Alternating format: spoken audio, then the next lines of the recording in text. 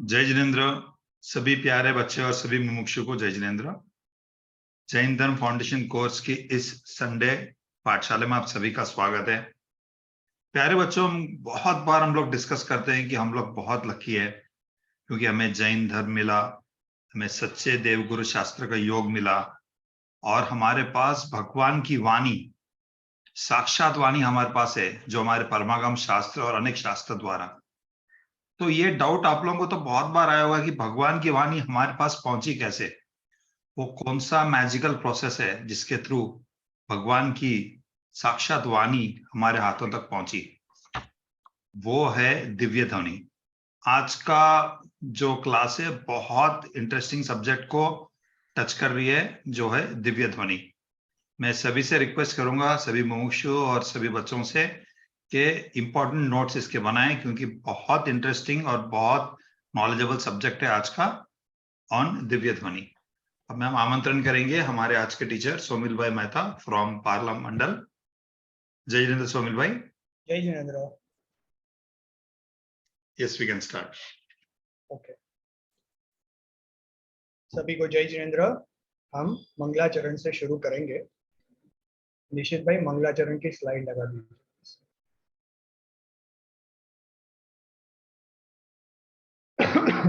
चलिए, सभी अपने हाथ जोड़ लेंगे। नमो अरिहंताणं, नमो सिद्धाणं, नमो आयर्याणं, नमो उवजायाणं, नमो दोये सव्वसाहूणम्।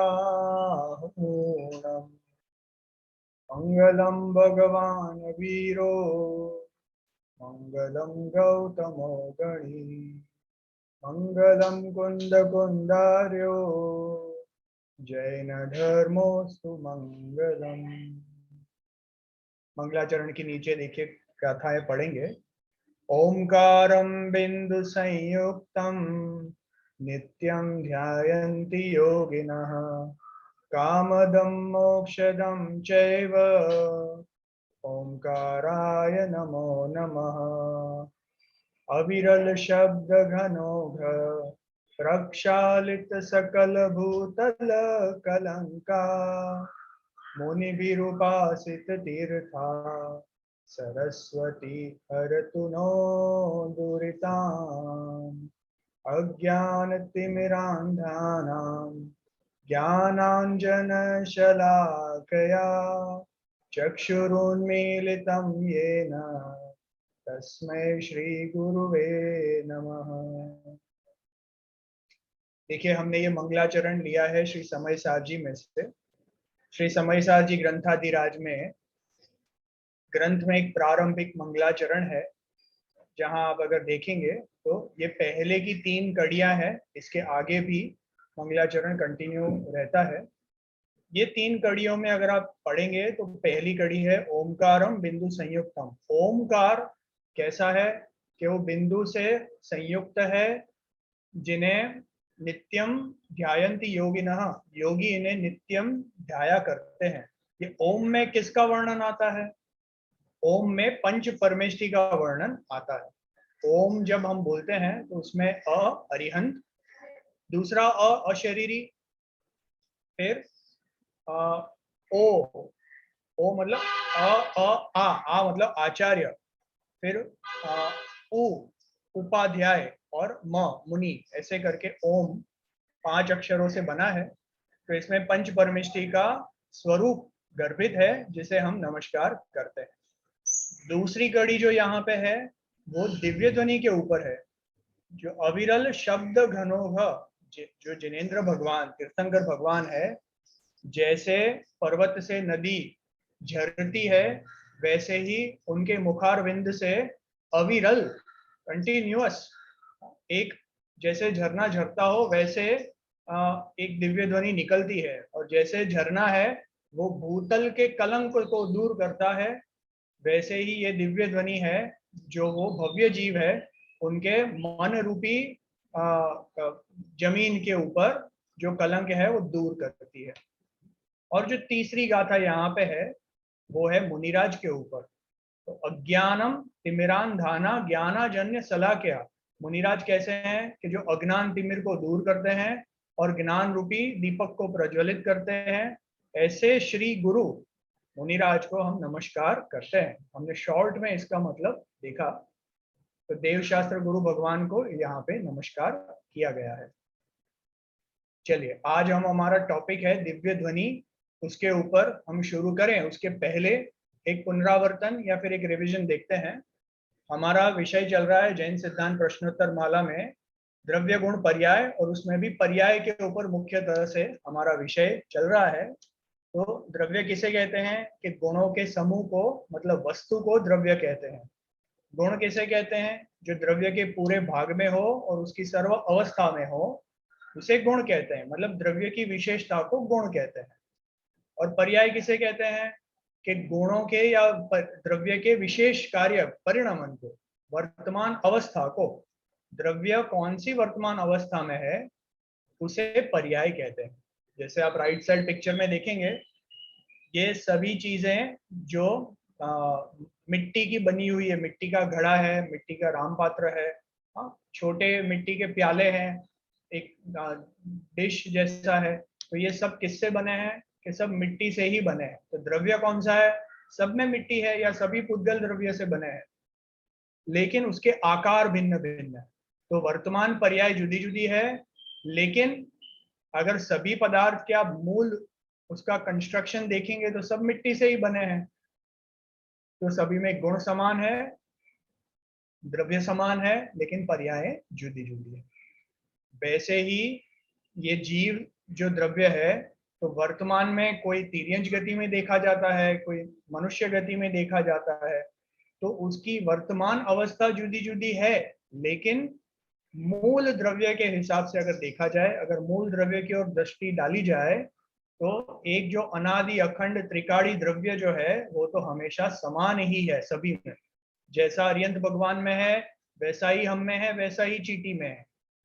तो वो मूल द्रव्य की ओर दृष्टि करने से हमें अपने स्वरूप का सही ज्ञान होता है, और मैं ये जीव द्रव्य हूं ऐसा मानने से सम्यक दर्शन होता है। चलिए, तो अभी इसमें पर्याय का हमारा प्रकरण चल रहा है। हम पिछले कई लेक्चर्स से पर्याय के भेद प्रभेद आदि समझ रहे हैं विभिन्न टीचर्स से। अभी तक हमने क्या देखा है, नेक्स्ट स्लाइड प्लीज। देखिए, हमने पर्याय के दो भेद देखे हैं, अर्थ पर्याय और व्यंजन पर्याय। जो द्रव्य में प्रदेशत्व गुण है, जो आकार है, वो आकार की पर्याय को व्यंजन पर्याय कहते हैं, और द्रव्य के अन्य सभी गुणों की पर्याय को अर्थ पर्याय कहते हैं।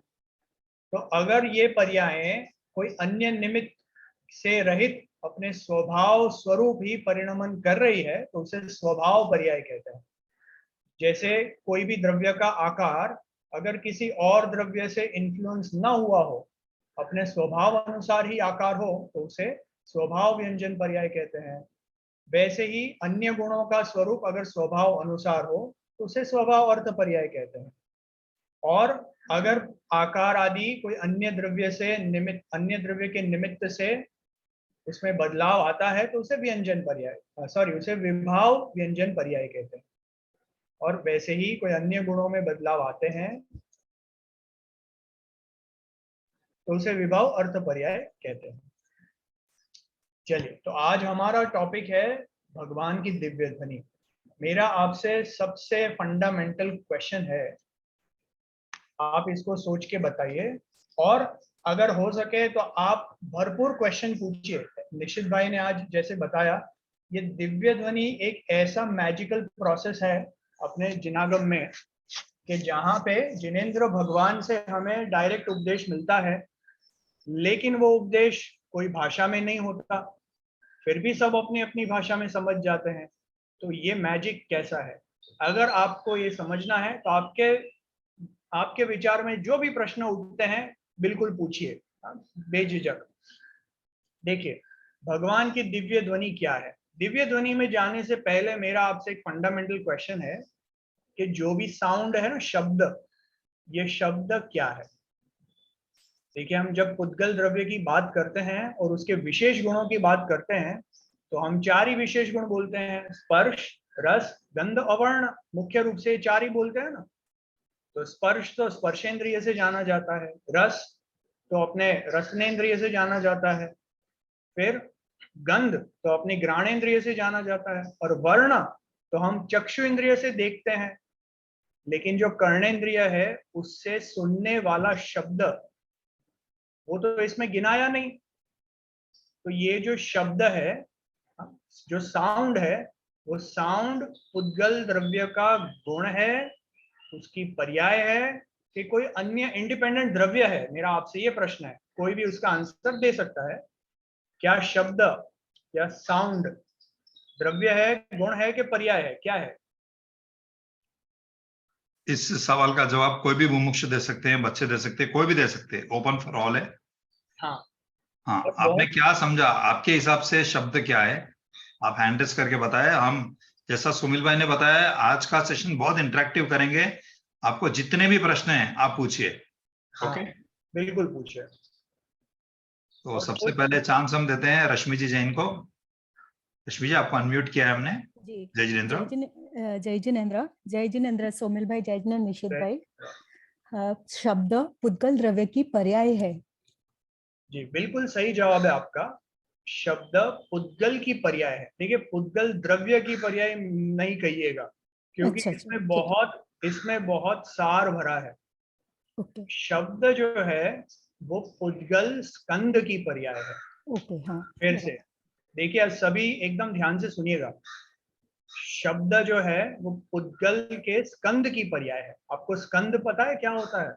हम्म, 2 या 2 से अधिक परमाणु के बंध को स्कंद कहते हैं।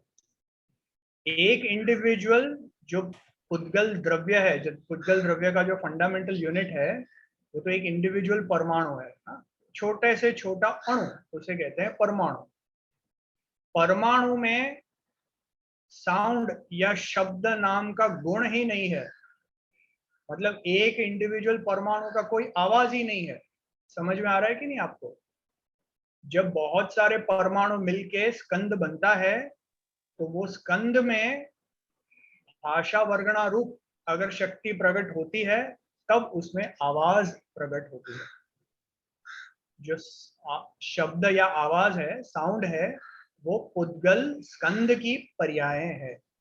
देखिए, जो थोड़े अगर स्वाध्याय होंगे तो आपने शायद सुना होगा कि पुद्गल स्कंद की 23 अलग अलग भिन्न प्रकार की वर्गणाएं होती हैं। वर्गणा मतलब कि एक समान वर्गों का समूह। वर्ग मतलब कि एक समान अविभाग प्रतिच्छेद सहित परमाणुओं का समूह। अविभाग प्रतिच्छेद मतलब परमाणु के एक गुण की शक्ति। तो जब कोई भी एक गुण की शक्ति समान है, वैसे समान परमाणुओं के समूह को वर्गणा कहते हैं। ऐसी 23 भिन्न भिन्न वर्गणाएं होती है।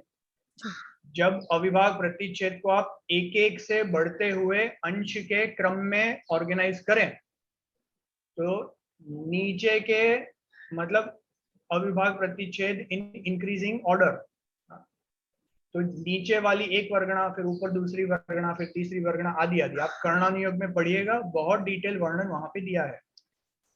मुझे तो आपको क्या बताना है, ये परमाणुओं के मतलब वर्गों के समूह से वर्गणा बनती है, और ये 23 वर्गणाओं में एक पर्टिकुलर वर्गणा है जिसे भाषा वर्गणा कहते हैं।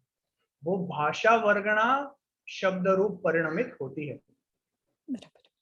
तो जैसे कारमान वर्गणा है, कारमान वर्गणा कर्म रूप परिणमित होती है। आहार वर्गणा है, आहार वर्गणा से शरीर, औदारिक वैकृतिक आहार शरीर बनते हैं। तो ये आहार वर्गणा से, कारमान वर्गणा आदि से आवाज नहीं आती है। आवाज सिर्फ भाषा वर्गणा जो शब्द रूप परिणमित होती है उससे आती है। समझ में आया कि नहीं सबको? जी सर, तो थैंक देखिए, यू। Thank you. तो शब्द क्या है? वो पुद्गल द्रव्य के स्कंद, एक पर्टिकुलर स्कंद जो भाषा वर्गणा कहने में आता है, उसकी पर्याय को शब्द या साउंड कहते हैं।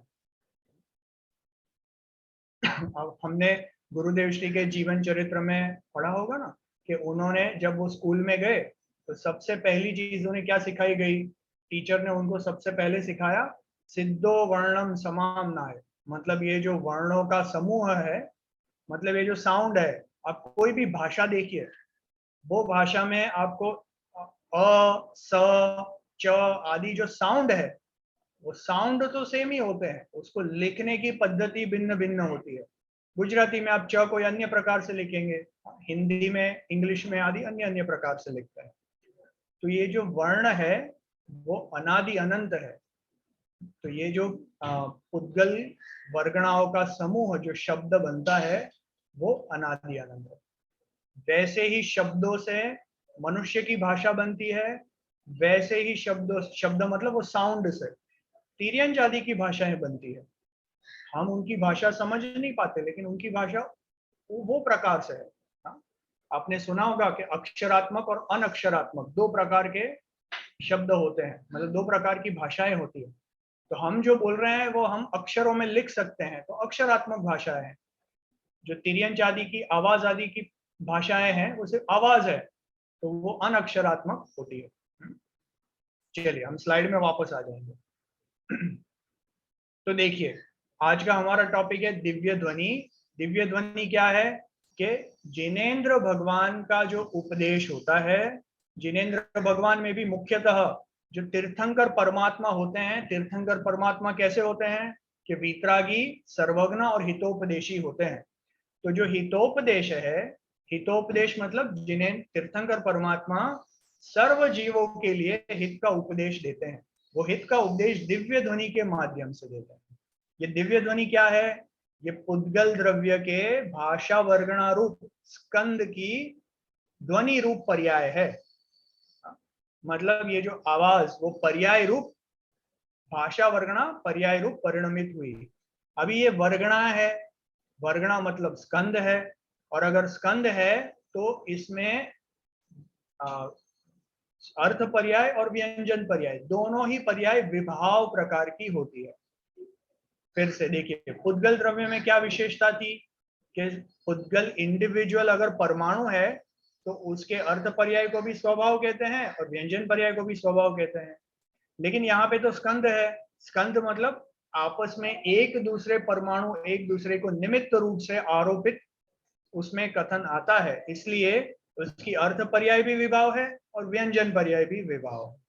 मतलब जो शब्द के स्कंद जो बनते हैं उसका जो आकार है, जो भी आकार है उसका, तो उसे विभाव व्यंजन पर्याय कहते हैं। और उसके जो अन्य गुण है उसका भी स्पर्श होगा ना, क्योंकि वो स्कंद है, स्पर्श है, रस है, गंध है, वर्ण आदि है, तो वो विभाव अर्थ पर्याय होती है। Next slide please. देखिए, अभी हम दिव्य ध्वनि की विशेषताएं देखेंगे। आपने समोशरण आदि के वर्णन में काफी कुछ बातें सुनी ही होगी, लेकिन अगर कुछ नया सुनने मिले तो इसके ऊपर आप प्रश्न जरूर करिएगा। देखिए, हमने अभी देखा तीर्थंकर परमात्मा वीतरागी, सर्वज्ञ और हितोपदेशी होते हैं। जो हितोपदेशी तीर्थंकर परमात्मा है वो समोशरण के मध्य में विराजमान होते हैं, 13वें गुणस्थान में होते हैं। भव्य जीवों के भाग्य से या भव्य जीवों के पुण्य उदय से और तीर्थंकर परमात्मा जो है उनके भाषा वर्गणा रूप एक निमित्त नैमित्तिक संबंध होता है। तो पूरे शरीर से जो योग आदि का कंपन होता है उसके माध्यम से भाषा रूप एक ओम ध्वनि निकलती है, उसे दिव्य ध्वनि कहते हैं। वो दिव्य ध्वनि, उसमें पूरे जिनागम का सार एक दिव्य ध्वनि में भरा होता है। किससे बनती है ये भाषा वर्गणा से बनती है। और ये भाषा वर्गणा क्या है? स्कंद है, मतलब उसकी विभाव पर्याय है। ये ओमकार जो है उसे आप अनअक्षरात्मक कहिए, क्योंकि यहाँ पे कोई अक्षर नहीं है, सिर्फ एक आवाज है ओम ऐसा करके। तो या तो अनअक्षरात्मक कहिए, या ओम है तो एक अक्षर है तो एकाक्षर कहिए, या फिर निरक्षर कहिए, सब कुछ एक ही है। आप ओम ध्वनि को तीनों सभी कह सकते हैं। तो ये भगवान की वाणी कौन कौन सुनने आते हैं समोशरण में? कि 3 प्रकार के देव सुनने आते हैं। वैमानिक देव, 4 प्रकार के देव, वैमानिक, व्यंतर, ज्योतिष और भवनवासी, चारों प्रकार के देव सुनने आते हैं। मनुष्य सुनने आते हैं, तिर्यंच आदि भी सुनने आते हैं। उनके लिए वो 12 कोठे बने होते हैं ना, उसमें फिर मुनिराज आरिका, श्रावक, श्राविका आदि सभी वहां पे विराजमान होते हैं और सभी को अपनी अपनी भाषा में और योग्यता अनुसार समझ में आ जाता है ना? देखिए दिव्य ध्वनि का प्रोसेस कैसा है वो भी थोड़ा सुन लीजिए। जिनेंद्र भगवान को अपने केवल ज्ञान में लोकालोक, हाँ, तीन लोक, तीन काल के सभी पदार्थ सब कुछ एक साथ ज्ञान में झलक रहा है, एक ही समय में युगपद प्रत्यक्ष सब कुछ झलक रहा है। तो उनको जितना केवल ज्ञान में झलकता है उसका अनंतवा भाग ही दिव्य ध्वनि में आ पाता है। लेकिन देखिए दिव्य ध्वनि की विशेषता क्या है। दिव्य ध्वनि में जो उपदेश आता है समोशरण में, तो उसमें कोई क्रम नहीं होता। जैसे अभी हम पढ़ रहे हैं ना, तो हम पढ़ रहे हैं तो पहले हमने द्रव्य का टॉपिक पढ़ा, फिर हमने गुण का टॉपिक पढ़ा, फिर पर्याय का पढ़ा, एक के बाद एक हम संडे टू संडे मिलते हैं और एक एक एक टॉपिक पढ़ते जाते हैं। दिव्य ध्वनि में ऐसा कुछ नहीं है, क्रम नहीं है। तो कैसा है कि एक ही ओमकार में, मतलब एक ही समय पे उसमें 12 अंग, 14 पूर्व आदि जितना भी जिनागम का सार है, उसमें जितने भी टॉपिक है सब कुछ पैरेलली एक ही साथ उसमें आ जाते हैं। अभी जिस जीव की जितनी योग्यता है या उसे जितना या जो कुछ भी समझने का विकल्प है उसे वो समझ में आ जाता है। ख्याल में आया ना? मतलब मैं और आप समझो साथ में दिव्य ध्वनि सुन रहे हैं, मुझे 6 द्रव्य के बारे में जानना है तो मुझे 6 द्रव्य समझ में आ जाते हैं। आपको अगर लोक और विश्व के बारे में जानना है तो आपको लोक के बारे में समझ में आ जाता है। ख्याल में आया ना? तो उसमें कोई क्रम नहीं आता। ठीक है, एक पॉइंट वो हो गया। दूसरा, दिव्य ध्वनि उसमें कोई भेदभाव नहीं होता। जैसे आप अगर पार्लियामेंट आदि में जाएंगे तो उसमें एक क्रम लगा होगा ना कि भाई प्रधानमंत्री यहाँ बैठेंगे, उप प्रधानमंत्री यहाँ बैठेंगे, विपक्ष के लोग यहाँ बैठेंगे। इसमें तो फिर भी अलग अलग क्रम लगाए हुए हैं। या फिर आप अगर समझिए अपने जिन मंदिर आदि में भी जाते हैं तो पहले जो है ना, पहली बोली लेने वाले पहले आगे जाएंगे, फिर जो एक स्वर्ण कलश वाले, फिर रजत कलश वाले आदि, ये करके आगे आगे थी। ये व्यवस्था के लिए क्रम लगाना जरूरी है। लेकिन समोशरण एक ऐसी दिव्य जगह है जहां पे सब कोई एक साथ ही बैठकर ये दिव्य ध्वनि का रसपान कर सकते हैं। ना उसमें तिर्यंच और मनुष्य में या इवन देवों में भी भेदभाव नहीं किया जाता। मुनिराज भी वही ओमकार सुन रहे हैं जो कि एक तिर्यंच सुन रहा है। समझ में आया कि नहीं आपको? वो ही ओम ध्वनि में से मुनिराज 12 अंग 14 पूर्व की रचना कर लेते हैं, उनका इतना ज्ञान प्रकट हो जाता है। और वो ही ओमकार में से जो तिर्यंच आदि है या मनुष्य आदि है वो अपने क्षयोक्षम अनुसार थोड़ा बहुत कुछ समझ लेते हैं।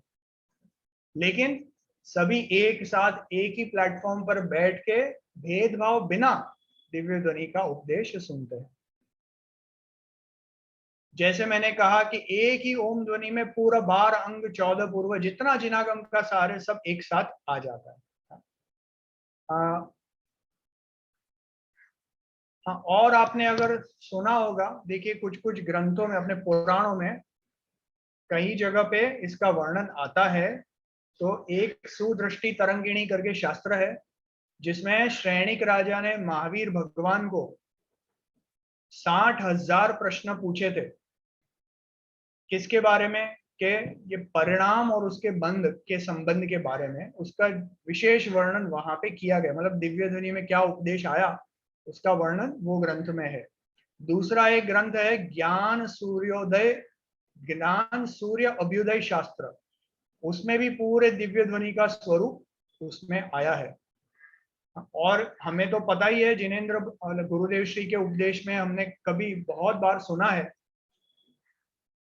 कि साक्षात वे और माताजी तथा कुंकुंद आचार्य आदि पूर्व विदेह क्षेत्र में जहाँ सीमंदर परमात्मा आज भी विराजते हैं, तो उनके समोशरण में दिव्य ध्वनि का स्वरूप सुन के आए हैं और हमने उनके मुख से उसका रसास्वादन भी किया है। तो ये दिव्य ध्वनि होती है, ऐसी होती है, और उसका वर्णन हमने समझा।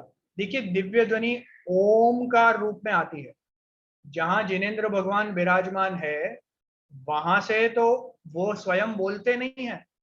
जिनेंद्र भगवान जैसे हम अपने मुख से बोलते हैं तो अपने गले में वो वाइब्रेशन होता है जिससे आवाज निकलती है और वो मुख से बाहर आती है, वैसा वहां पे अरेंजमेंट नहीं है। वहां पे अरेंजमेंट कैसा है, जिनेंद्र भगवान के तो पूरे अंग से पूरा बॉडी, उनके परमाणु का वाइब्रेशन होकर एक जो आवाज पूरे शरीर से निकलती है उसे ओम ध्वनि कहते हैं। जो जहां गंधकूटी के ऊपर जिनेंद्र भगवान विराजमान है वहां से लेकर 12 सभा में जहां पे अन्य जीव विराजमान है उतना तो वो ओमकार के फॉर्म में ही ट्रैवल करती है दिव्य ध्वनि। जैसे ही वो ओमकार प्रत्येक जीव के कर्ण पटल पर पड़ता है तो वो ही ओमकार अक्षरात्मक हो जाता है। फिर से समझिए, जिनेंद्र भगवान के सर्वांग से वो ओमकार रूप में खिलती है, जब वो श्रोता के कर्ण पर पड़ती है तो वो ही अनअक्षरात्मक दिव्य ध्वनि अक्षरात्मक हो जाती है। पहले जो ओमकार रूप थी वो प्रत्येक जीव को अपनी अपनी भाषा में समझ में आ जाती है, और जब अपनी अपनी भाषा में समझ में आती है तो प्रत्येक जीव की भाषा अलग अलग होगी ना, तो कुल मिलाकर 18 महाभाषा और 700 लघु भाषा में वो रूपांतरित हो जाती है। दिव्य ध्वनि 18 महाभाषा 700 लघु भाषा में रूपांतरित हो जाती है। Next slide please. किसी को इसमें प्रश्न है तो पूछ सकते हैं, नहीं तो हम नेक्स्ट स्लाइड आगे जाएंगे। ओके, हम आगे बढ़ेंगे। मेरा एक प्रश्न है सोमिल भाई आपसे। हाँ प्लीज। हमने बात करी कि तिर्यंश की जो भाषा है वो अनक्षरात्मक है। हाँ। तो जब ओम ध्वनि निकलती है और तिर्यंश भी वो बार सभा में होते हैं, हाँ। तो उनके कान पे जब पड़ती है वो अनक्षरात्मक ही रहती है या वो अक्षरात्मक बनती है उनके लिए? हाँ, मतलब उनको अपनी भाषा में समझ में आ जाती है। जैसे अभी चिड़िया बोलती है, तो चिड़िया को या फिर कौवा को हमने सुना होगा, अगर उनको भूख लगी है तो एक प्रकार से बोलते हैं, बराबर, या फिर टोन अलग हो जाता है, उनका टोन अलग होता है, टोन अलग होता है। वैसे ही उनका जो जो भाव, वो मतलब जो जो मीनिंग का भाव जिस प्रकार से बोला जाता होगा उनकी भाषा में, बस वैसे हो जाती है। बट तो होगी तो वो अनक्षरात्मक उनके लिए। हाँ, होती अनअक्षरात्मक, क्योंकि हमारे जैसे वो अक्षर नहीं है, वो साउंड ही। करेक्ट। लेकिन वो ओमकार नहीं रहती है, वो उनकी भाषा में कन्वर्ट हो जाती है। Right, thank you.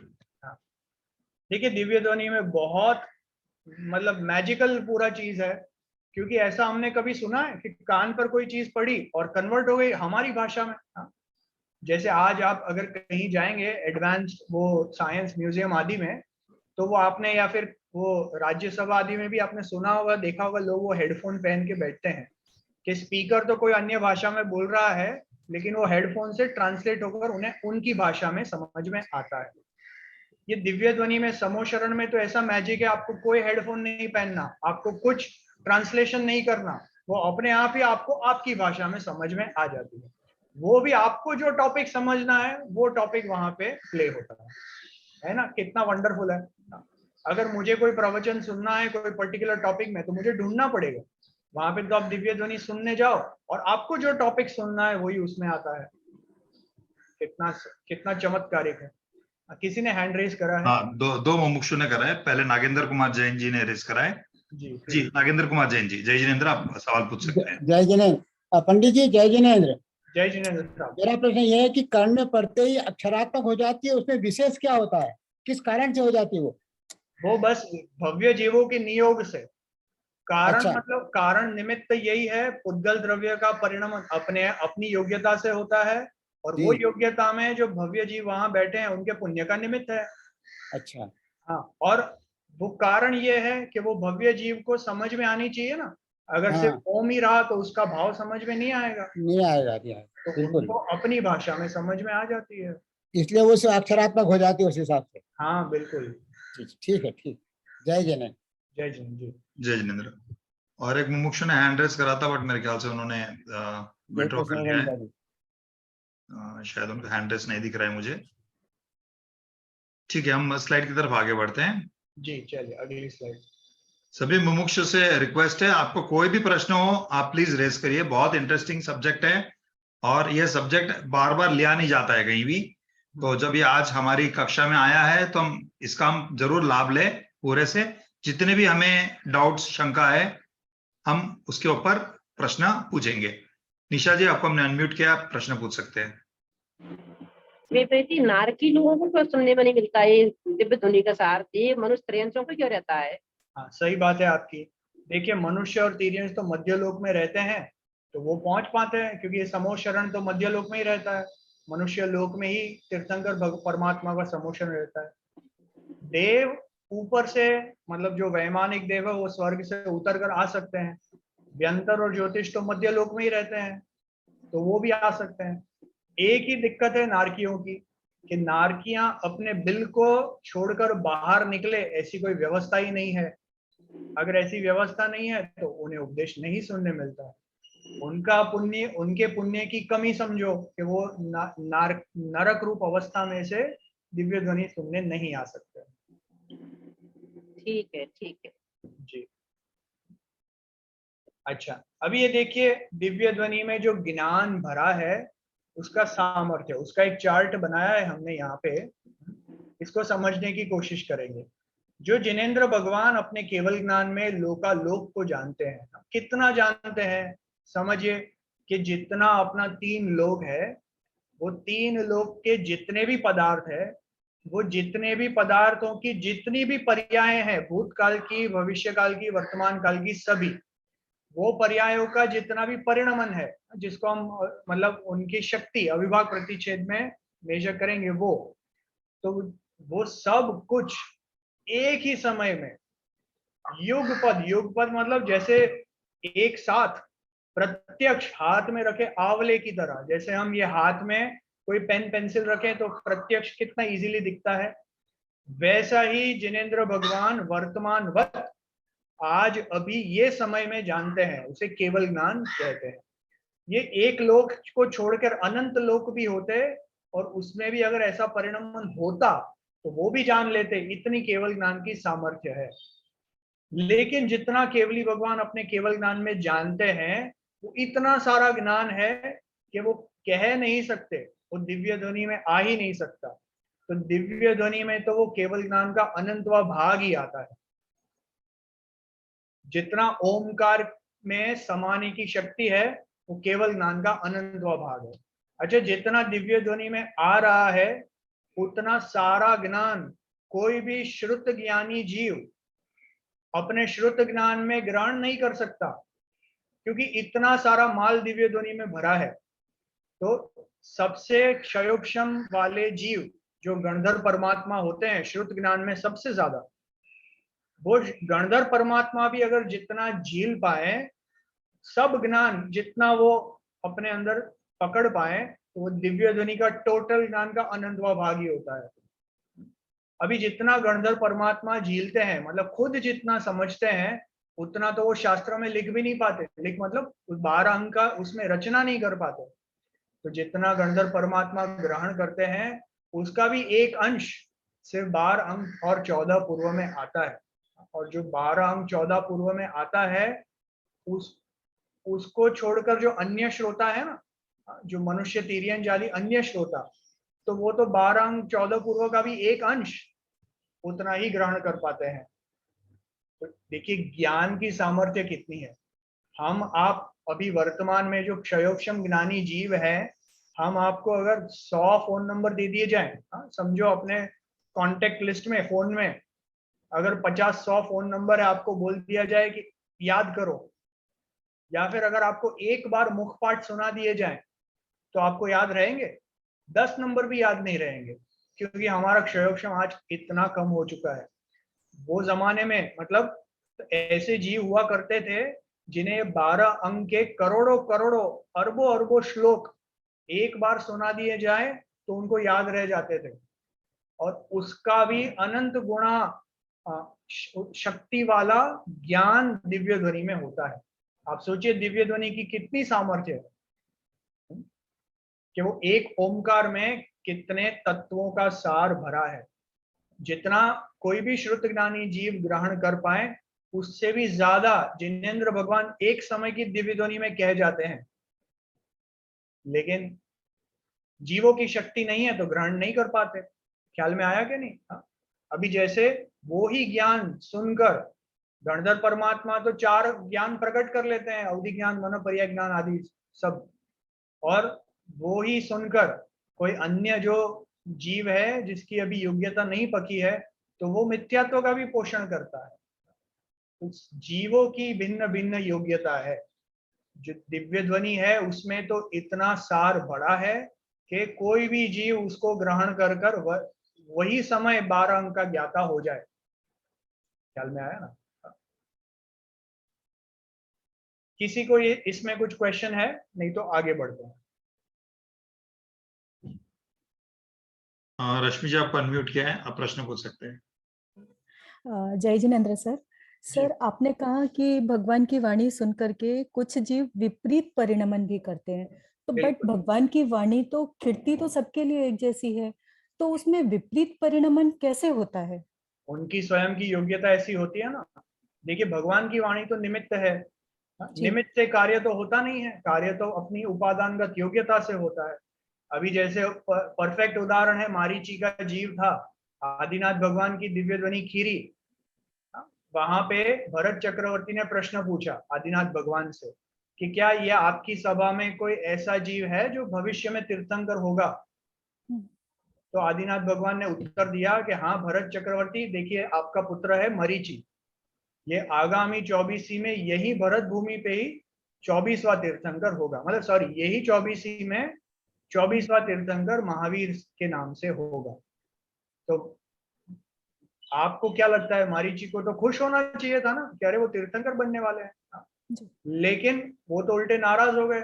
24वां क्यों? मैं तो अभी दूसरा तीर्थंकर ही बन के बताऊंगा। तो देखिए, निमित्त तो जैसा है वैसा है, निमित्त तो सिर्फ कहने की बात है। बाकी वैसे भी गुरुदेव श्री हमें उपदेश दे ही रहे हैं इतना, हर एक प्रवचन में हमें सम्यक दर्शन का मार्ग बता ही रहे हैं। तो वहां तो है, लेकिन सामने योग्य व्यक्ति भी तो होना चाहिए ना। जैसे सोगानी जी जैसे व्यक्ति हैं तो एक प्रवचन सुनकर भी सम्यक तो प्रकट कर लेते हैं। तो वैसे ही अनेक, देखिए, नाना जीवा नाना कम्मा, हर एक जीव की योग्यता अपनी अपनी भिन्न है और वो अपनी अपनी भविष्य की गतियां आदि निश्चित रूप से उनकी फिक्स ही है। तो दिव्य ध्वनि सुनकर भी उल्टे परिणाम करते हैं। Thank you sir. जय जिनेंद्र। जय जिनेंद्र। चलिए, ये मेरी लास्ट स्लाइड है, इसमें भी हम दिव्य ध्वनि की अनेक विशेषताएं देखेंगे। देखिए यहाँ पे क्या लिखा है, दिव्य ध्वनि की विशेषता, ये वाणी है। वाणी मतलब इवेंचुअली तो ये पुद्गल शब्द है ना। जिनेंद्र भगवान का ज्ञान, अगर देखिए आपको एक कंप्यूटर से दूसरे कंप्यूटर में कुछ कॉपी करना है तो आप बीच में वायर लगाएंगे, यूएसबी वायर यहाँ पे लगाएंगे, वहां पे लगाएंगे, कॉपी पेस्ट करेंगे। तो ऐसा समझिए वहां जिनेंद्र भगवान है जिनका केवल ज्ञान, केवल ज्ञान, वो जो ज्ञान है वो तो जीव की पर्याय है, लेकिन वो ज्ञान भव्य जीवों को कैसे प्राप्त हो? तो बीच में एक दिव्य ध्वनि का यूएसबी वायर लगाया कि जिनेंद्र भगवान ने अपनी दिव्य ध्वनि में वो ज्ञान शब्द रूप से, उद्गल रूप से वहां पे खिरा, और वो ही पुद्गल को हर एक जीव ने अपनी योग्यता से ग्रहण किया तो वो ज्ञान अब वापस ज्ञान रूप हुआ। ठीक है, ये तो कहने की भाषा है, समझिएगा। कोई ज्ञान कभी पुद्गल रूप नहीं होता, लेकिन ऐसा निमित्त नैमित्तिक संबंध करके आरोप दिया जाता है। तो ये जो वाणी है वो तो जड़ है, लेकिन वहां आत्मा स्वयं आत्मा का स्वरूप बतलाने की शक्ति रखता है। मतलब ये जो ज्ञान वो भव्य जीवों को प्रकट हुआ, वो उन्हें हुआ तो अपनी योग्यता से, लेकिन आरोप किसके ऊपर, किस पर आएगा? कि वाणी ऊपर आएगा। तो वो वाणी में ज्ञान को ट्रांसफर करने की शक्ति है, ज्ञान में जानने की शक्ति है, तो वाणी में समझाने की शक्ति है, निमित्त रूप से। ख्याल में आया ना? ये दिव्य ध्वनि है वो सम्यक दर्शन का एक प्रबल निमित्त कहा जाता है। आपने सुना होगा सम्यक दर्शन में कई निमित्त होते हैं, एक है जिनेंद्र भगवान के समोशरण आदि के दर्शन करना, अकृत्रिम जिनालयों के दर्शन करना, या फिर तीव्र वेदना होना आदि सम्यक दर्शन के निमित्त कहलाए जाते हैं। उसमें एक प्रबल निमित्त है कि दिव्य ध्वनि सुनना। आपने सुना होगा कि 5 लब्धि पूर्वक जीव को सम्यक दर्शन होता है, तो उसमें एक तीसरी लब्धि है जिसे देशना लब्धि कहते हैं। देशना लब्धि मतलब जो तत्व उपदेश प्राप्त हुआ उसके ऊपर तत्व विचार चिंतन कर कर वो उपदेश का भाव भाषण करना। लेकिन उसके लिए पहले देशना तो प्राप्त होनी चाहिए ना, तो वो देशना कहाँ से मिलती है? वो देशना का सबसे प्रबल एक साधन है दिव्य ध्वनि। तो इसका निमित्त पाकर जीव सम्यक तो प्राप्त कर सकता है। लाखों जीव करते ही हैं। आपने देखा होगा समूह शरण में, पुराणों में पढ़िए, हर एक तीर्थंकर के समूह शरण में हजारों लाखों सम्यक दृष्टि धर्मात्मा और इवन यहाँ तक के और दूसरे केवल ज्ञानी परमात्मा भी समूह शरण में विराजमान होते हैं। तो ये लाखों जीव दिव्य ध्वनि सुनकर अपना मोक्ष मार्ग प्रकट करते हैं और शीघ्र ही उसके ऊपर चलकर स्वयं भगवान बन जाते हैं। दिव्य ध्वनि के प्रखर श्रोता गणधर परमात्मा कहलाते हैं।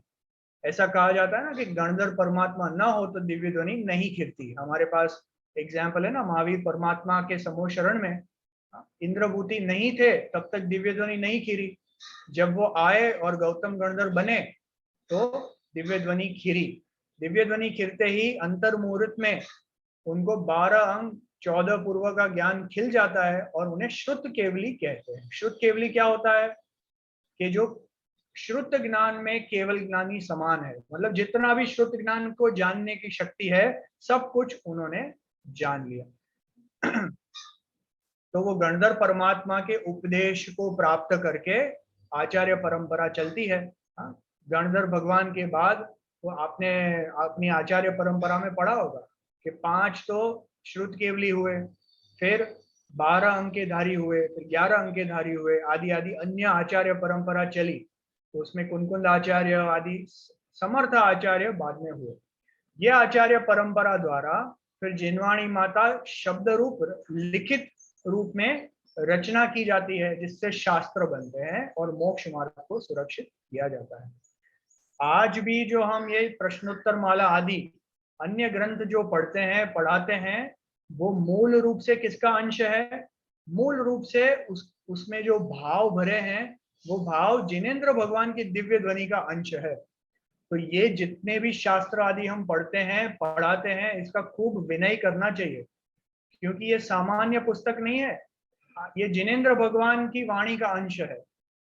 आपने इसको कैसे भी उठाया, कैसे भी रख दिया, इसकी अविनय अगर की तो आपको जिनेंद्र भगवान की दिव्य ध्वनि की अवहेलना करने का दोष लगता है।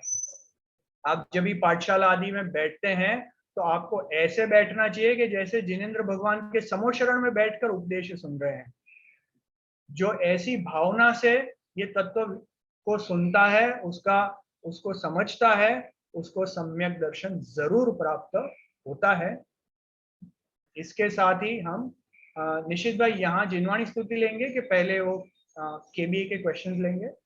नहीं, हम जिनवाणी स्तुति ले लेते हैं और उसके बाद किसी मुमुक्षु को प्रश्न पूछते हैं।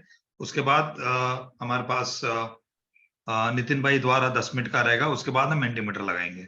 जी सर, तो जिनवाणी स्तुति लेंगे, सभी अपने हाथ जोड़ लेंगे वापस। नेक्स्ट स्लाइड लगा दीजिए।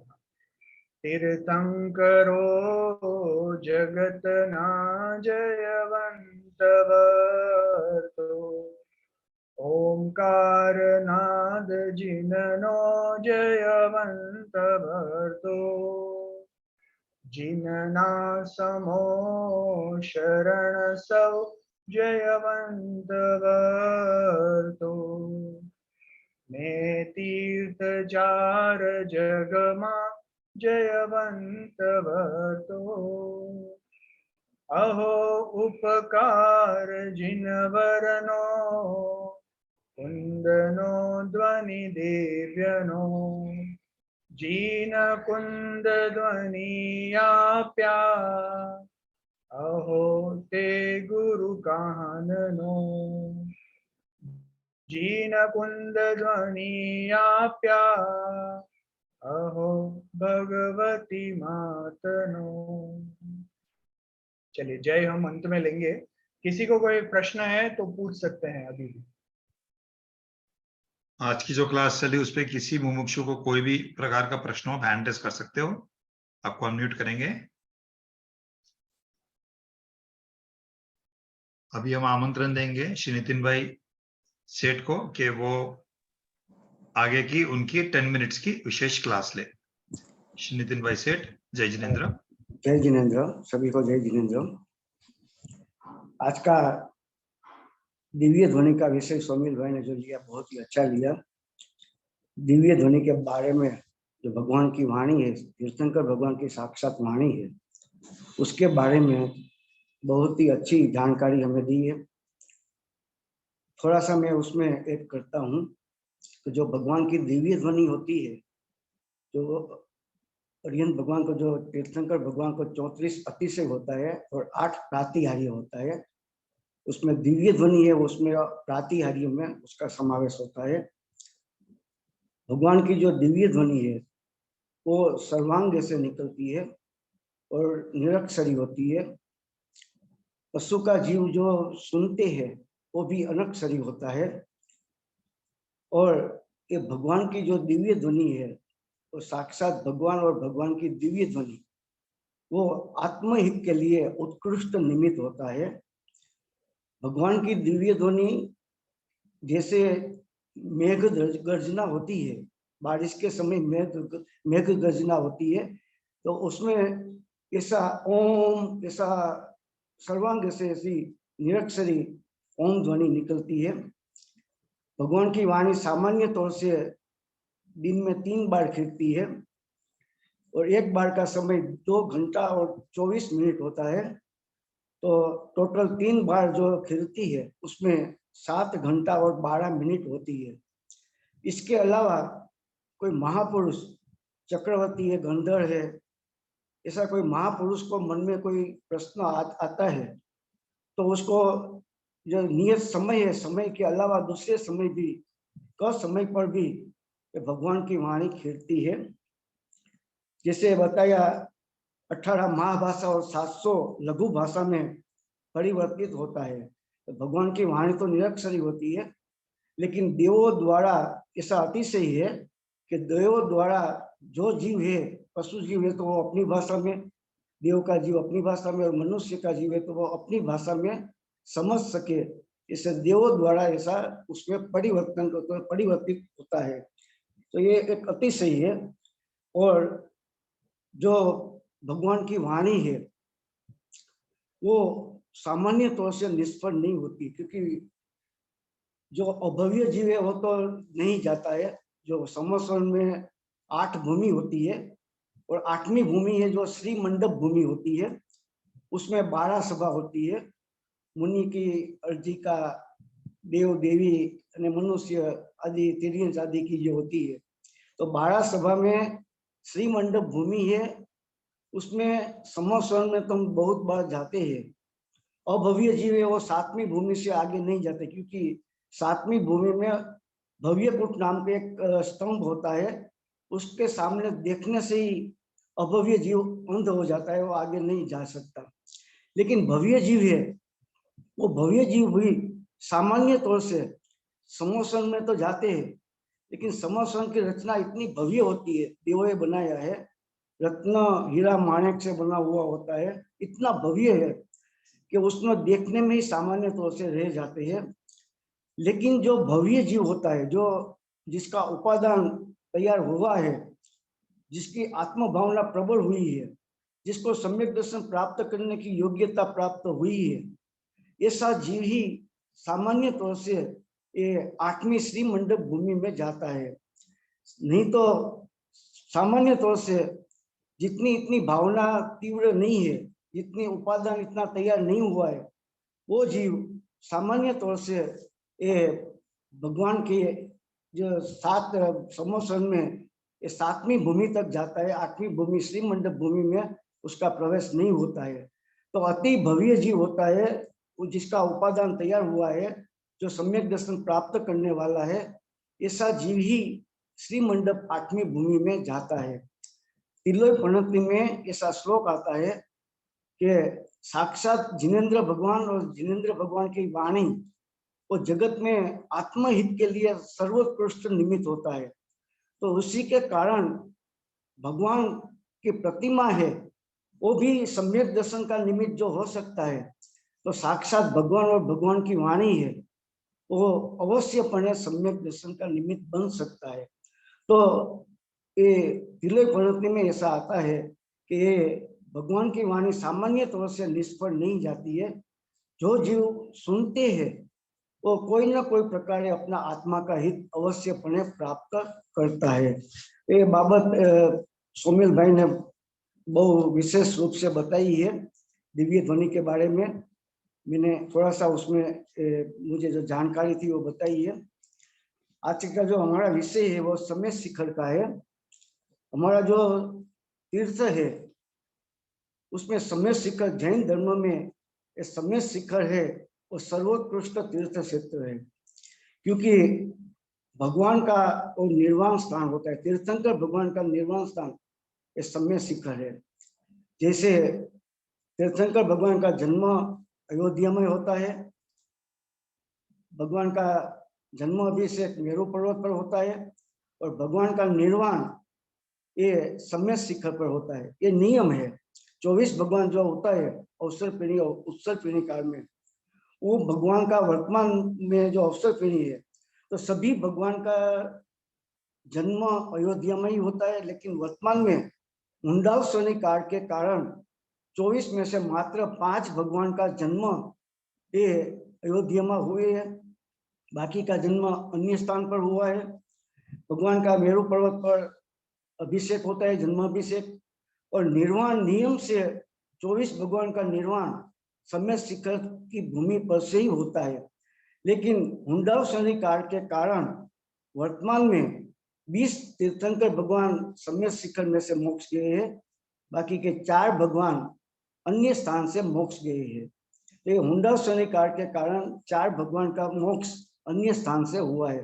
लेकिन वास्तव में ये समय शिखर है वो तीर्थंकर भगवान का निर्वाण स्थान है, शाश्वत तीर्थ क्षेत्र है। तीर्थंकर भगवान का निर्वाण, उसका मोक्ष नियम से समय शिखर से ही होता है। तो ये हमारे लिए बहुत ही बड़ा तीर्थ है। सबसे बड़ा वर्तमान में जो तीर्थ है जो जहाँ से जीव मोक्ष गए है वो समय शिखर है। और दूसरा नंबर मांगी जो पर्वत है वहां से 99 करोड़ मुनि मोक्ष गए हैं, वो दूसरा नंबर का। लेकिन सबसे बड़ा ये समय शिखर है।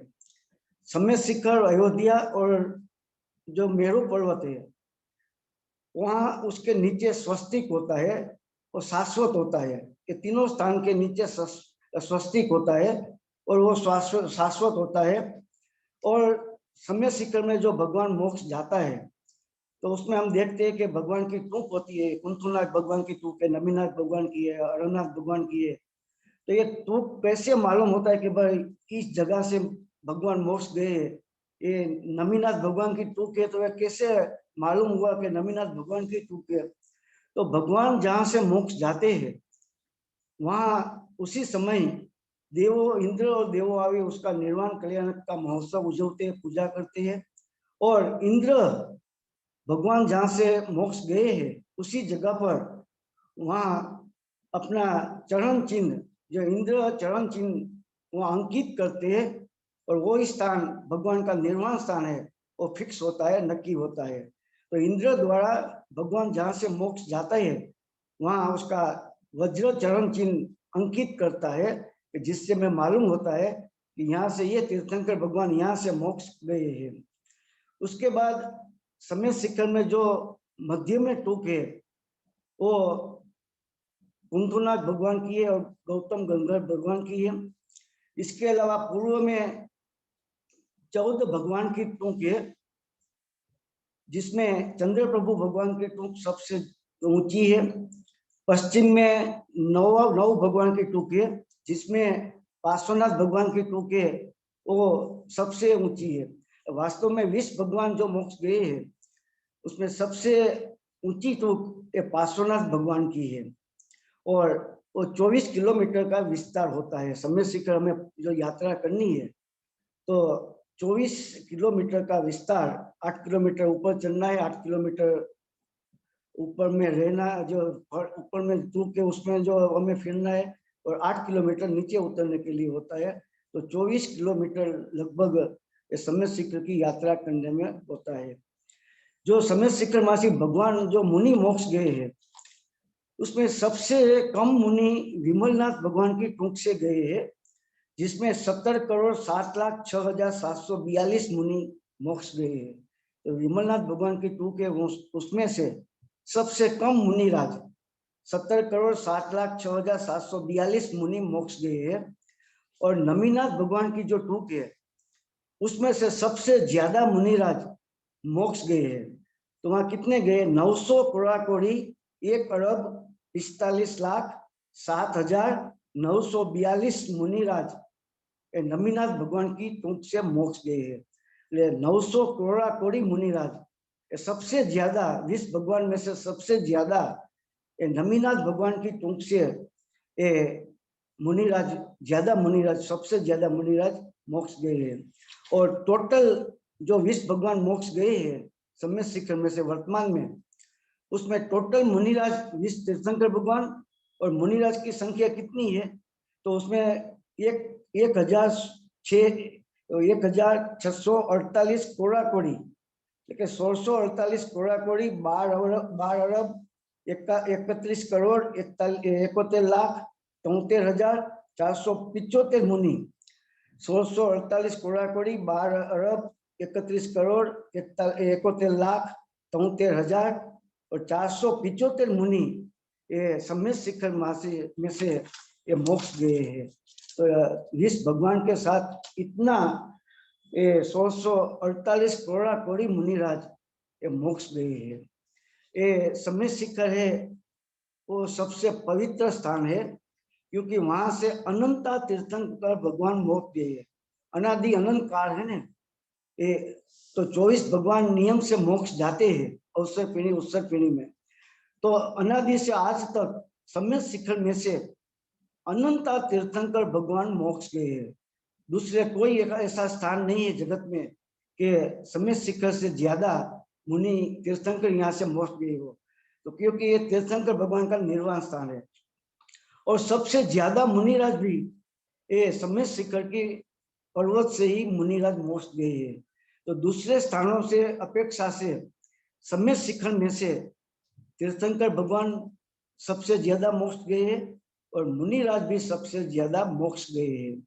और भगवान की अनंता तीर्थंकर भगवान की दिव्य ध्वनि ये सम्य शिखर पर्वत पर खिरी है। इसके अलावा भगवान का कल्याणक, तप कल्याणक, केवल ज्ञान कल्याणक और मोक्ष कल्याणक तो है, तो इसके अलावा तप कल्याणक और केवल ज्ञान कल्याणक भी ये यहाँ हुआ है अनंता तीर्थंकर भगवान का। अनंता मुनिराज ने यहाँ आत्मा की साधना की है। अनंता मुनिराज ने इस स्थान पर शास्त्र की रचना की है और अनंता मुनिराज ने इस जगह पर भव्य जीवों को आत्महित का उपदेश भी दिया है। तो ऐसा ये पवित्र स्थान है, सम्य शिखर है वो सबसे पवित्र स्थान, क्योंकि अनादि से अनंत काल हुआ तो कि एक शाश्वत तीर्थ क्षेत्र है कि यहाँ से तीर्थंकर भगवान जो होता है वो नियम से ये सम्य शिखर में से ही मोक्ष जाते हैं। तो अनादि से आज तक अनंती 24 हुई है। कितनी 24 हुई है? अनंती 24 हुई है। तो ये अनंती 24 जो हुई है वो सभी 24 भगवान, कोई अपवाद बात करके सभी भगवान वो सम्य शिखर में से ही मोक्ष जाते हैं। तो ये भगवान का समोत्सव यहाँ आता है, ये भगवान की वाणी दिव्य ध्वनि जो भी विषय चला वहाँ फिरती है। तो ये ऐसा पवित्र स्थान है कि जगत में सबसे ज्यादा पवित्र और उत्तम स्थान, जो श्रेष्ठ स्थान है, तीर्थ स्थान, वो सम्य शिखर है। और सम्य शिखर में हम यात्रा करते हैं तो हमें पंच परमेष्ठी भगवान का स्मरण होता है। जैसे सम्य शिखर पर्वत में जाते हैं तो समोसन हमें दिखाई देता है, जो ट्रूप पर जाते हैं वे कुंथुनाथ भगवान की ट्रूप है, कुंथुनाथ भगवान समोसन में विराजमान है, ऐसा में प्रतिभास होता है।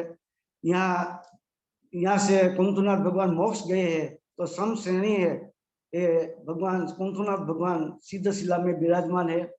यहाँ आचार्य जी, उपाध्याय जी और मुनिराज जी, ये मुनिराज जी ने यहाँ आत्म साधना की है तो पंच परमेष्टि का स्मरण होता है। इसके अलावा सम्यक शिखर में से सम श्रेणी है, अनंता सिद्ध भगवान सिद्धालय में विराजमान है।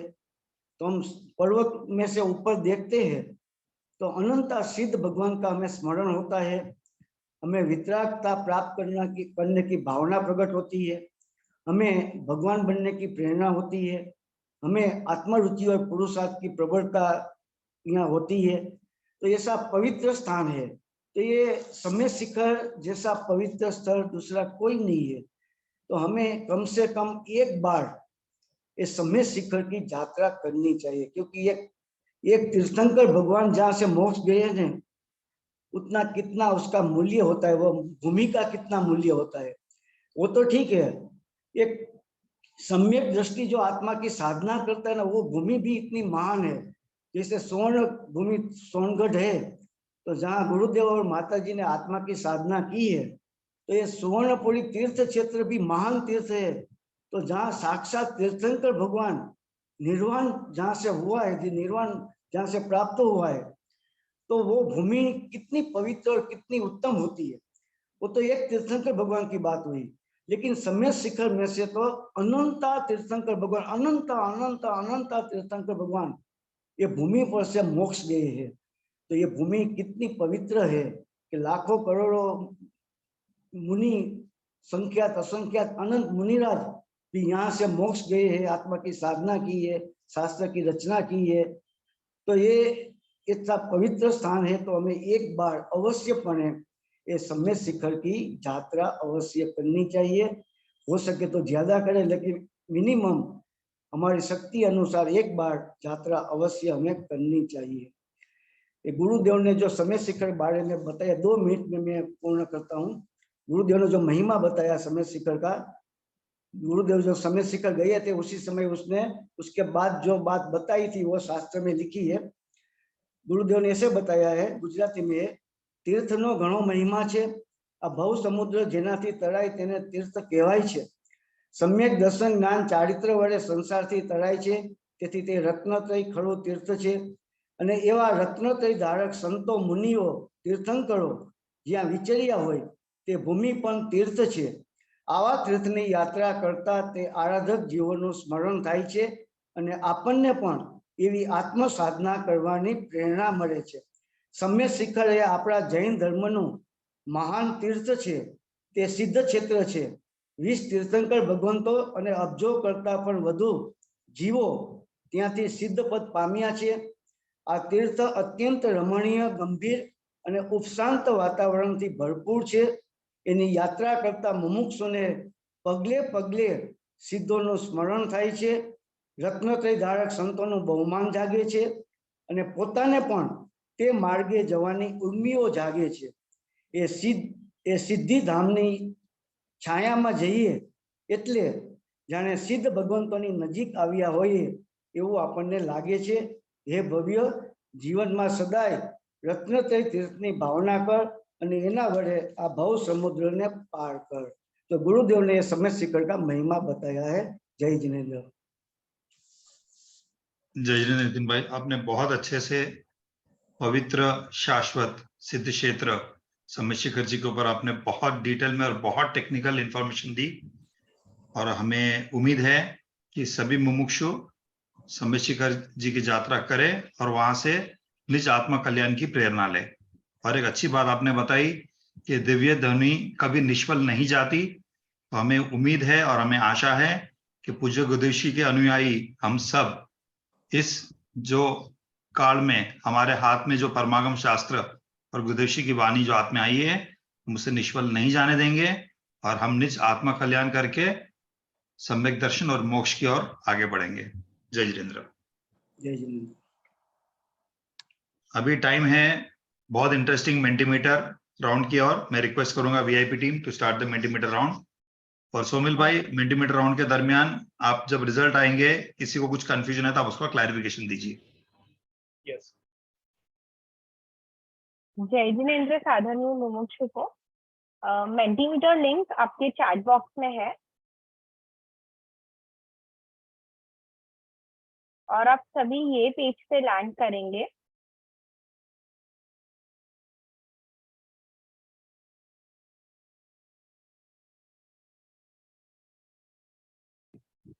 नियम, हर प्रश्न में 30 सेकेंड्स का टाइमर रहेगा। सबसे पहले सबसे अधिक अंक प्राप्त होंगे और अभी आप सभी लोग अपना नेम, एज, मंडल और सिटी वो बॉक्स में लिख सकते हैं।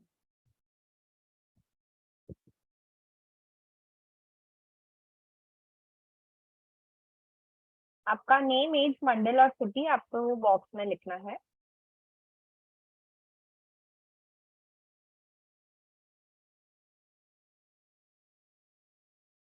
तो हम अभी स्टार्ट करते हैं मेंटीमीटर राउंड।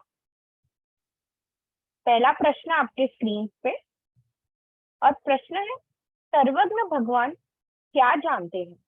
ऑप्शन ए, 3 लोक ने, ऑप्शन बी, 3 काल ने, ऑप्शन सी, 3 લોકના દરેક દ્રવ્યના ભૂતકાળને, या ऑप्शन बी, 3 લોકના દરેક દ્રવ્યના 3 કાળને। सर्वज्ञ भगवान क्या जानते हैं? Last 5 seconds to answer.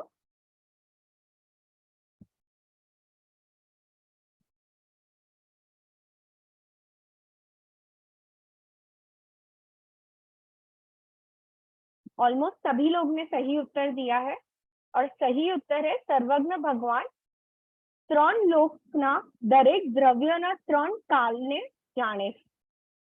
So option D is the correct answer.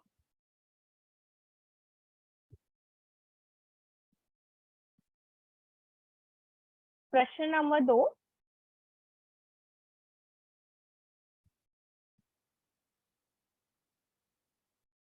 और प्रश्न आपके स्क्रीन पे।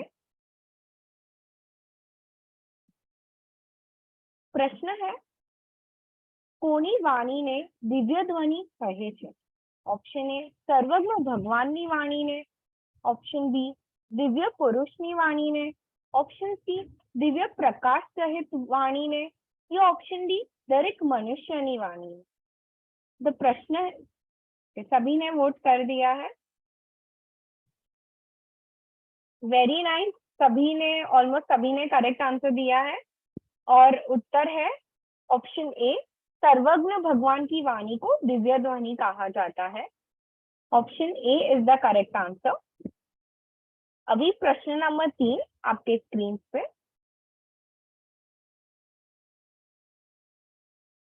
और प्रश्न है दिव्य ध्वनि केवी होय छे? ऑप्शन ए, एक शरीरी, एकाक्षरीरी, ऑप्शन बी, अनाक्षरीरी, ऑप्शन सी, निराक्षरीरी, या option D, all of the above. अनअक्षरी और निरक्षरी, विदाउट अक्षर वाली।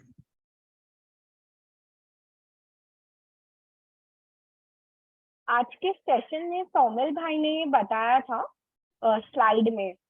सोमिल भाई कुछ क्लैरिफाई करना चाहेंगे अब इस पॉइंट को? हाँ जी, देखिए काफी लोगों ने निरक्षरी आंसर दिया है। आंसर गलत नहीं है, लेकिन यहाँ पे अगर आपने ऑप्शंस देखे होंगे तो एकाक्षरी, अनक्षरी या निरक्षरी, तो तीनों ही सही आंसर है। मतलब ऑल ऑफ द अबव वो सही आंसर है। दिव्य ध्वनि में सिर्फ ओमकार होता है, उसे एकाक्षरी भी कहते हैं, अनक्षरी भी कहते हैं और निरक्षरी भी कहते हैं। तो option D is the correct answer. अभी प्रश्न नंबर 4 और प्रश्न आपके स्क्रीन पे।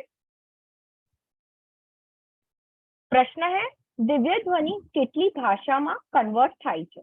ऑप्शन ए, 700 महाभाषा या 18 लघु भाषाમાં, ऑप्शन बी, 18 महाभाषा, 700 लघु भाषा, ऑप्शन सी, 500 महाभाषा या 15 लघु भाषा, या ऑप्शन डी, 15 महाभाषा या 500 लघु भाषा। ये स्लाइड में स्पेसिफिकली था और सोमिल भाई नितिन भाई दोनों ने ये पॉइंट रीआइट्रेट किया कि कितने भाषा में कन्वर्ट होता है दिव्य ध्वनि। 9 लोग ने सही उत्तर दिया है और सही उत्तर है 18 महाभाषा और 700 लघु भाषा। देखिए, ऑप्शन ए में उल्टा था, हाँ ए में उल्टा ऑप्शन था, उसमें थोड़ा कंफ्यूज हो गए लोग। हाँ बाकी B is the right answer. जी, हमेशा ये याद रखना चाहिए, महाभाषाएं ज्यादा होती है, लघु भाषा होती है। महाभाषा कम होती है, लघु भाषाएं ज्यादा होती है। करेक्ट। तो option B is the correct answer. अभी लास्ट प्रश्न, प्रश्न नंबर 5, और प्रश्न आपके स्क्रीन पे। प्रश्न है, दिव्य ध्वनि नो કેટલો ભાગ 12 અંગમાં ગૂંથાય છે? ऑप्शन ए બધો, ऑप्शन बी संख्यात्मक, ऑप्शन सी असंख्यात्मक या ऑप्शन डी अनंत। ये तो स्पेसिफिक स्लाइड में ही सोमिल भाई ने बहुत डिटेल में लिया था कि दिव्य ध्वनि का कौन सा भाग है 12 अंग में।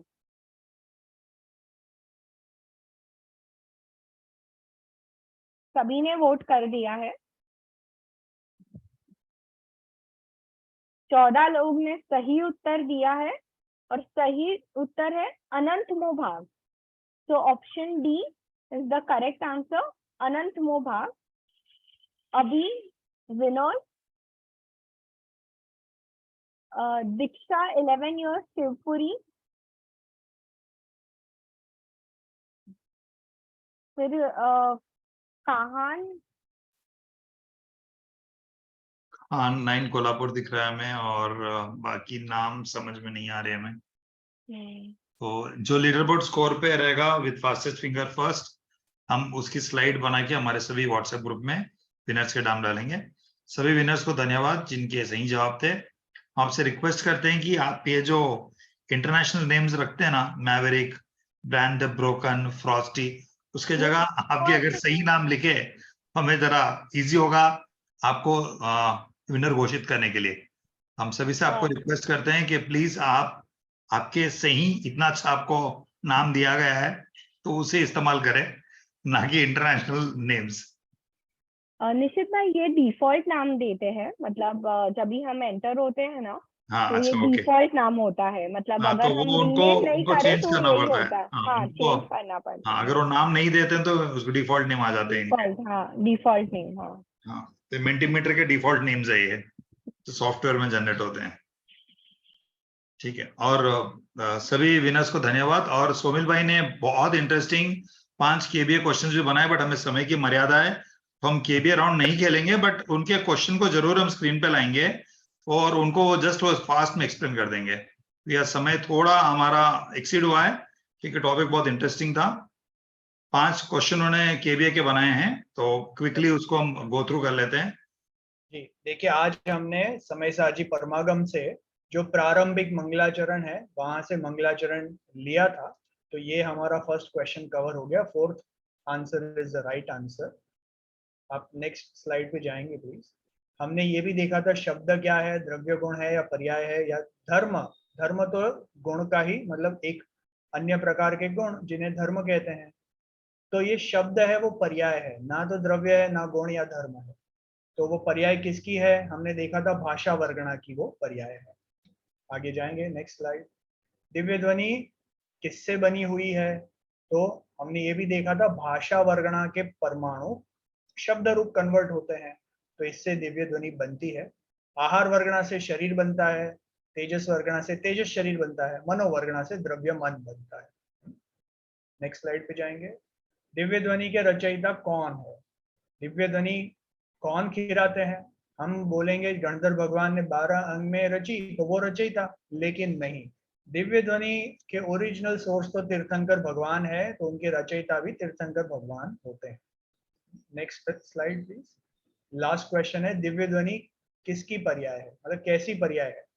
तो हमने देखा था दिव्य ध्वनि वो एक स्कंद की पर्याय है, इसलिए वो विभाव व्यंजन पर्याय होती है। यहाँ पे पुद्गल द्रव्य तो नहीं है, गुण भी नहीं है और स्वभाव पर्याय भी नहीं है, इसलिए second option is the correct answer. Right. तो अब सबसे अनुरोध है कि अगर इसके बारे में वापस अगर आपको समझना है तो हम इसको पूरा कंप्लीट सेशन हम यूट्यूब में भी अपलोड करते हैं, तो आप जरूर आप उसमें प्लेलिस्ट में जाके देख सकते हो। और हम आज का सेशन जयकारा सेंड करेंगे। जी, बोलिए ऋषभादि महावीर पर्यंत 2400 जिनेन्द्र भगवान की जय हो। बोलिए सीमंदर आदि अजित वीर्य पर्यंत 20 विहरमान जिनेन्द्र भगवान की जय हो। बोलिए द्वादशांग के प्रतीक समान श्री समय सारादि समस्त जिनवाणी मात की जय हो। बोलिए कुनकुंद आचार्य आदि चलते फिरते सिद्ध भगवंतों की जय हो। अपने अनंत अनंत उपकारी श्री कहान गुरुदेव की जय हो। प्रशम मूर्ति भगवती माता की जय हो। सभी ज्ञानी धर्मात्माओं की जय हो। सत्य सनातन दिगंबर जैन धर्म की जय हो। जय जिनेंद्र सभी को। जैन धर्म फाउंडेशन टीम के सभी टीचर्स के और सभी प्यारे बच्चों और मुमुक्षु को जय जिनेंद्र। हम आपसे मिलेंगे फ्राइडे, जहां पे हमारा बहुत इंटरेस्टिंग वर्जन 12 चल रहा है, वास्ति गास्ती रे प्रतिष्ठा ही सुवर्णपुरी में। तो प्रतिष्ठा किस प्रकार से होती है, उसके क्या क्या प्रोसेस होते हैं, हम बहुत डिटेल्ड में स्टेप बाय स्टेप आपको बता रहे हैं। तो वो होगा फ्राइडे, और नेक्स्ट संडे रहेगी हमारी जैन धर्म फाउंडेशन कोर्स की कंटिन्यूएशन क्लास। तब तक के लिए आप सभी को जय जिनेंद्र।